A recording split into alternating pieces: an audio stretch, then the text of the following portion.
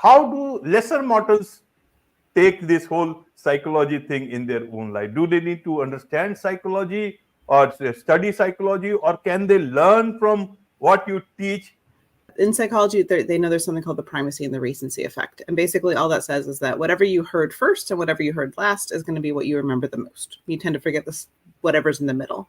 And so you can align how you're presenting your information so that the most important information comes first and last, right? So you don't have to necessarily go into the peer-reviewed research and look at it. You can kind of take these nuggets that are there and apply them, and it's going to shift the way that you're presenting the information to your audience. Daniel Kahneman and Amos Tversky studied kind of these heuristic effects that we had. So basically they would give you an example that your brain would automatically think there was an easy solution to it, right? And it would automatically go with whatever the easiest solution they thought was, even though that wasn't right. And if you spent a couple minutes looking at the question, you would realize, oh, that doesn't make sense.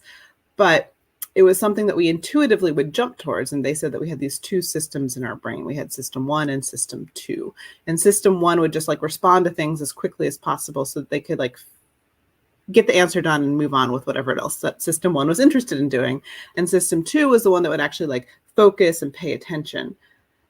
But system 2 takes a lot of energy and takes a lot of effort. And so for system 2 to get pulled online, you're also going to be using a lot of cognitive energy to do that. So as much as possible, if you can keep your audience in system 1 and keep it as like an easy to understand, easy for them to just be like, yeah, that makes sense and move on with it, then that's going to be something that it's going to be easier and use less resources. But if you need to pull in system 2, you need to do it in a way that isn't that's obvious, right? And that's a way that's engaging in some way so that the audience is wanting to pull in that other system of their brain as opposed to just being like, no, I'm bored and I'm giving up.